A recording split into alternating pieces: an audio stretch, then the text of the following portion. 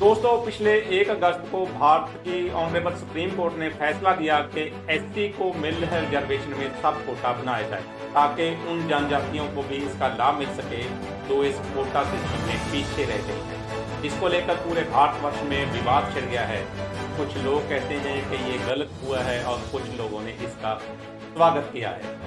क्या है quota system, क्या है रिजर्वेशन और किस आधार पर सुप्रीम कोर्ट ने ये फैसला दिया है, इसके पीछे के क्या हैं कारण, आज करेंगे हम बात इस वीडियो में। हो सकता है व्यवस्था चीफ सबसे पहले जानते हैं कि रिजर्वेशन क्या है। दोस्तों, जातिवाद भारत के वर्तमान और इतिहास की एक कड़वी सच्चाई है। इससे किसी भी तरीके से मुंह नहीं मोड़ा जा सकता। इसी को आधार बनाकर भारत में मार्जिन पर और गरीबी रेखा पर रह गए लोगों को ऊपर उठाने के लिए रिजर्वेशन सिस्टम का प्रोविजन हमारे संविधान में किया गया है। पर रिजर्वेशन उनको नौकरियों और एजुकेशन इंस्टीट्यूशन में बनता स्थान देने के लिए मिलता है।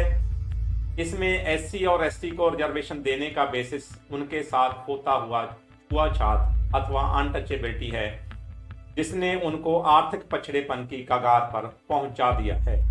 आरक्षण देने का उद्देश्य उन्हें सामाजिक और आर्थिक रूप से सुधारने और विकास की दिशा में मदद करना है।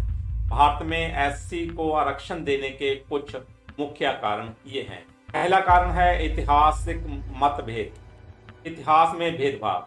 भारत के वेदों में वर्ण व्यवस्था के कारण उन्हें समाज में धिक्कार से देखा जाता रहा है, जिससे उनकी सामाजिक और आर्थिक स्थिति पर नकारात्मक प्रभाव पड़ा है और ये छूत-छात आज के ज़माने तक भी जारी है।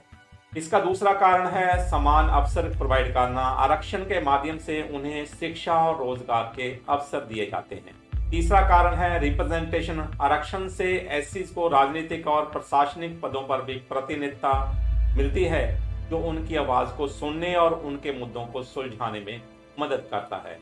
इसका अगला बड़ा कारण है सामाजिक न्याय। आरक्षण एक प्रकार की सकारात्मक कार्रवाई है जो सामाजिक न्याय और समानता को बढ़ावा देने का प्रयास करता है। इस प्रक्रिया के माध्यम से एससी को सामाजिक और आर्थिक सुधार प्राप्त होता है जो उनके विकास के लिए जरूरी है।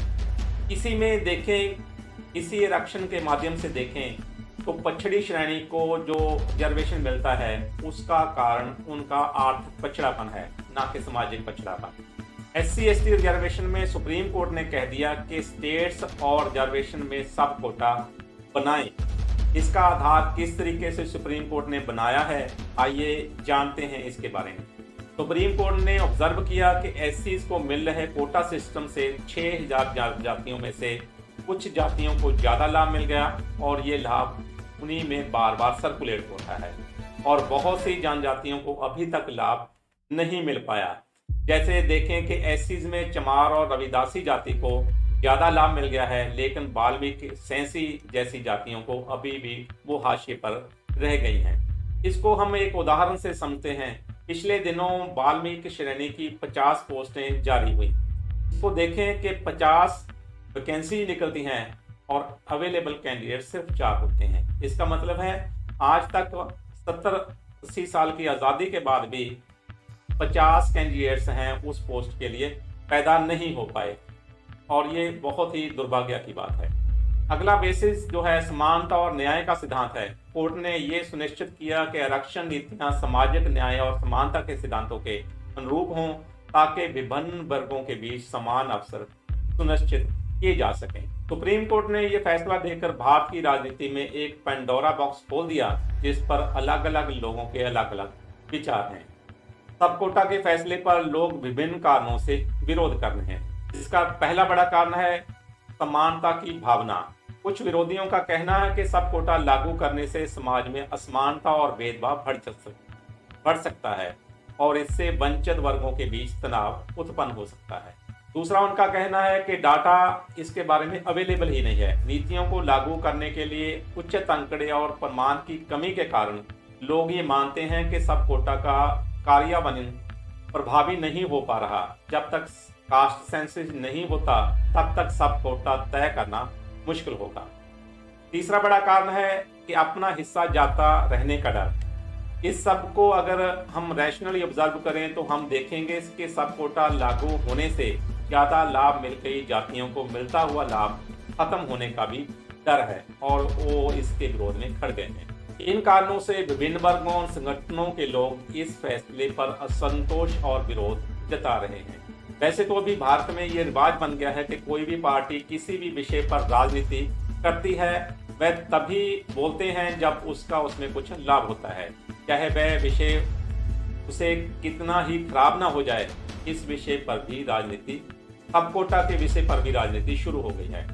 पहला वो कह रहे हैं कि सामाजिक न्याय, सारी पॉलिटिकल पार्टियां इससे सोशल जस्टिस का दावा करते हैं। दूसरे नंबर पर राजनीतिक लाभ, राजनीतिक दल बीजेपी सब कोटा का प्रयोग एससी के अंदर लोअर कास्ट जिन्हें महादलित का नाम भी दिया गया है उनके बीच अपने वोट बैंक को पक्का कर रही है। दूसरी पार्टियां बीएसपी और कांग्रेस इसके विरोध में एससी के अंदर की अपर कास्ट में अपना वोट बैंक मजबूत कर रही है। इन पहलुओं के कारण सब कोटा की राजनीति सामाजिक और राजनीतिक संदर्भ में एक महत्वपूर्ण भूमिका निभाती है। चाहे बीजेपी का वोट बैंक इससे मजबूत होगा, पर इस पर भी आगे बीजेपी और राजनीति करती नजर आ रही है। जैसे कि हम देखें कि पिछले दिनों एक डेलीगेशन प्रधानमंत्री नरेंद्र मोदी से मिला और उनसे डिमांड की कि ये सब कोटा के फैसले को खत्म करने के लिए कैबिनेट मता पास करें, तो प्रधानमंत्री ने इसके भी हाँ में आवाज लगा दी है। अभी ये पार्टियां क्या करेंगी या नहीं करेंगी ये उनके अपने इंटरनल के फैसले हैं, लेकिन ये विषय बुरी तरह से भारत की राजनीति का एक पेंडोरा बॉक्स बन गया है। इससे कितना लाभ होगा नहीं होगा ये बाद की बात है। सब कोटा का विरोध करने वाले वर्ग ये कह रहे हैं कि इससे SC/ST में आपसी क्लैश पैदा होगा, कि इससे SC में आपसी क्लैश पैदा होगा, इसमें दबे कुचले लोगों में आपसी में जो भाईचारा है वह खत्म होगा और इसमें कोई शक भी नहीं है। दूसरी बात जो इस सब कोटा का विरोध करने वाले कह रहे हैं कि सुप्रीम कोर्ट ने सब कोटा की बात तो कर दी, लेकिन SC का जो नौकरियों में बैकलॉग अनफिल्ड पड़ा है और उसकी गिनती काफ़ी बड़ी है, उसे फिल करने के लिए सुप्रीम कोर्ट ने सरकार को कोई हुक्म नहीं दिया। इसका विरोध करने वालों का तीसरा पॉइंट ये है कि सब कोटा बनाने का मतलब है कि SCs के बीच सब कोटा की एक दीवार खड़ी कर दी जाए। सब कोटा के भीतर जो लोग पीछे रह गए हैं वह आज भी पीछे हैं और इससे उनका कोई भला नहीं होने वाला, क्योंकि वह वर्ग के 98% बच्चे 8वीं कक्षा पास ही नहीं कर पाते। अपनी गरीबी के कारण उनमें हायर एजुकेशन पर जाने का अवसर बहुत कम रह गए हैं। पढ़ाई इतनी महंगी हो गई है कि वह उसमें आ ही नहीं पा रहे। जब वह आ ही नहीं पा रहे तो उनके लिए सब कोटा का क्या मतलब रह जाएगा।